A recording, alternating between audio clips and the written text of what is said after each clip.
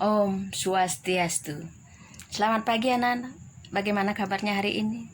Mudah-mudahan anak-anak sehat. Nah, hari ini kita lanjutkan pelajaran yang lalu tentang kedaulatan, yaitu pemilu. Nah, sebagai sarana kedaulatan rakyat atau demokrasi, maka di Indonesia dilaksanakanlah pemilu dengan asas luber dan jurdil, langsung, umum, bebas, dan rahasia, jujur, dan adil.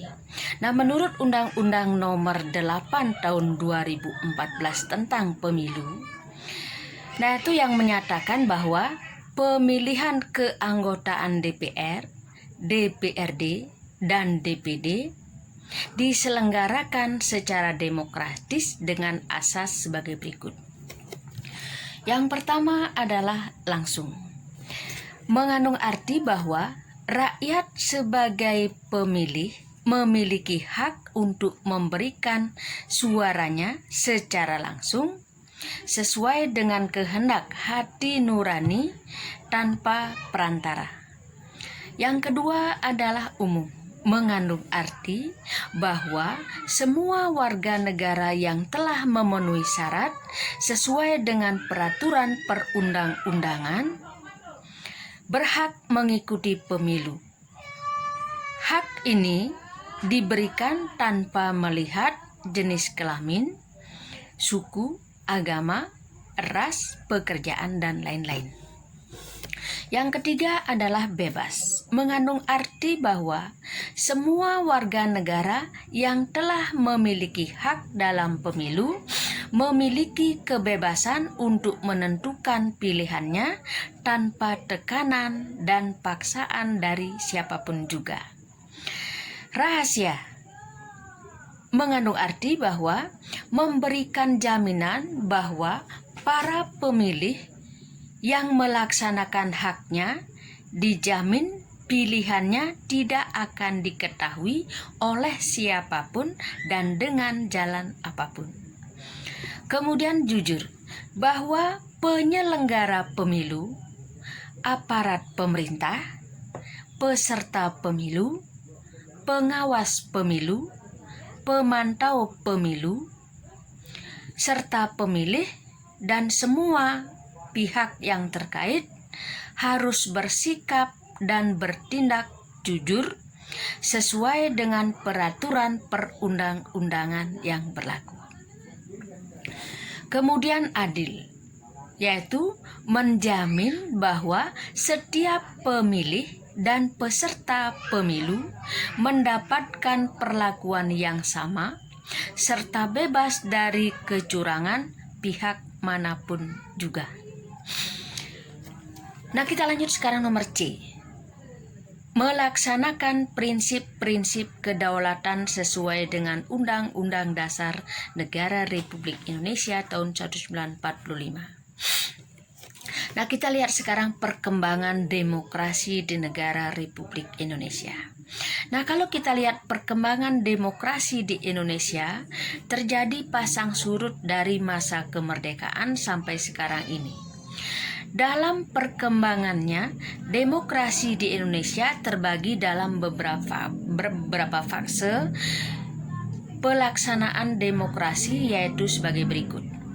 Nah, yang pertama kita lihat demokrasi parlementer tahun 1945 sampai tahun 1959. Pada periode ini, terutama kurun waktu dari tahun 1945 sampai tahun 1949, menurut Undang-Undang Dasar Negara Republik Indonesia tahun 1945, demokrasi yang harus dilaksanakan adalah demokrasi Indonesia dengan kabinet presidensial. Namun, dengan dikeluarkannya maklumat pemerintah tanggal 14 November 1945 berubah menjadi demokrasi parlementer.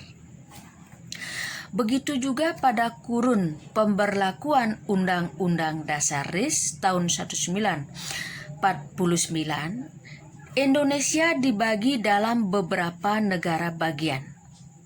Sistem pemerintahannya yang dianut ialah demokrasi parlementer atau liberal. Pemerintah dijalankan oleh Perdana Menteri, sedangkan Presiden hanya sebagai lambang. Karena pada umumnya rakyat menolak RIS pada tanggal 17 Agustus 1950.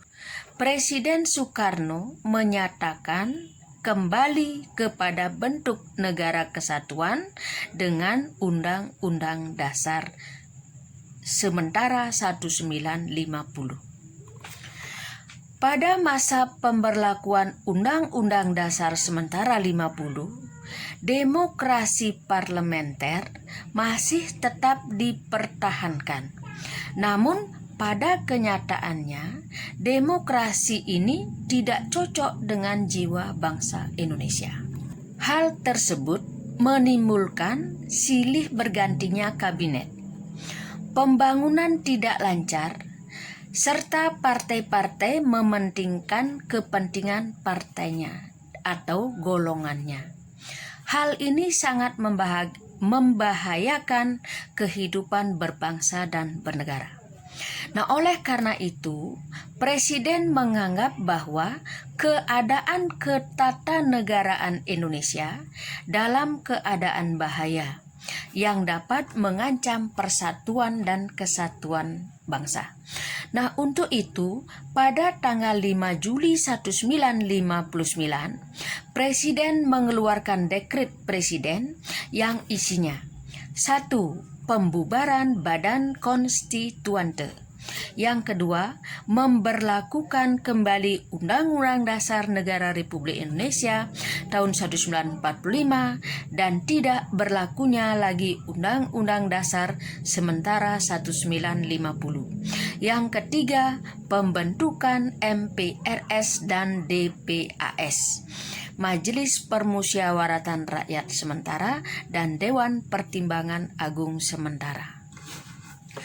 Nah, dengan dikeluarkannya dekret Presiden ini, maka demokrasi parlementer ini berakhir. Nah, kemudian kita lanjutkan yang kedua, demokrasi terpimpin. Periode ini sering juga disebut dengan Orde Lama. Undang-Undang Dasar yang digunakan adalah Undang-Undang Dasar Negara Republik Indonesia tahun 1945 dengan sistem demokrasi terpimpin. Menurut Undang-Undang Dasar 1945, Presiden tidak bertanggung jawab kepada MPR. Presiden dan DPR berada di bawah MPR. Pengertian demokrasi terpimpin pada sila keempat Pancasila, yaitu dipimpin oleh hikmat kebijaksanaan dalam permusyawaratan strip perwakilan, akan tetapi Presiden menafsirkan terpimpinnya yaitu pimpinan terletak di tangan pemimpin besar revolusi. Nah, dengan demikian pemusatan kekuasaan ada di tangan Presiden. Terjadinya pemusatan kekuasaan di tangan Presiden menimbulkan penyimpangan dan penyelewengan terhadap Pancasila dan Undang-Undang Dasar Negara Republik Indonesia tahun 1945.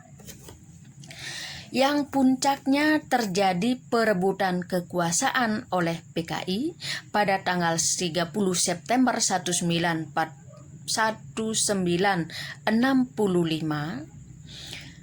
yaitu Gerakan 30 September 1965 strip PKI, yang merupakan bencana nasional bagi bangsa Indonesia. Keadaan negara yang tidak stabil menimbulkan reaksi dari berbagai kalangan masyarakat, terutama para pemuda, pelajar, dan mahasiswa. Beberapa kalangan masyarakat tersebut kemudian mengajukan 3 tuntutan rakyat yang dikenal dengan Tritura Nah, kalau kita lihat isi tritura tersebut adalah yang pertama, bubarkan PKI. Yang kedua, bersihkan kabinet dari unsur PKI. Yang ketiga, turunkan harga dan perbaikan ekonomi. Nah, tuntutan rakyat ini mendapat tanggapan dari pemerintah untuk mengambil langkah konkret, terutama dalam menciptakan keamanan dalam negeri yang ditandai dengan dikeluarkannya Super Smart dari Presiden Soekarno kepada Jenderal Soeharto.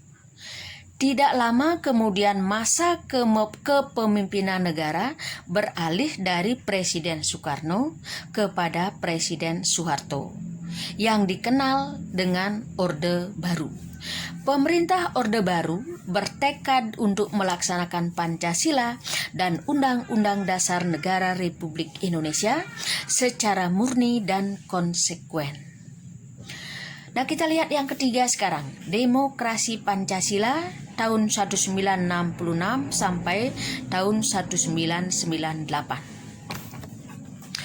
Demokrasi ini terkenal dengan sebutan pemerintahan Orde Baru yang bertekad melaksanakan Pancasila dan Undang-Undang Dasar 45 secara murni dan konsekuen.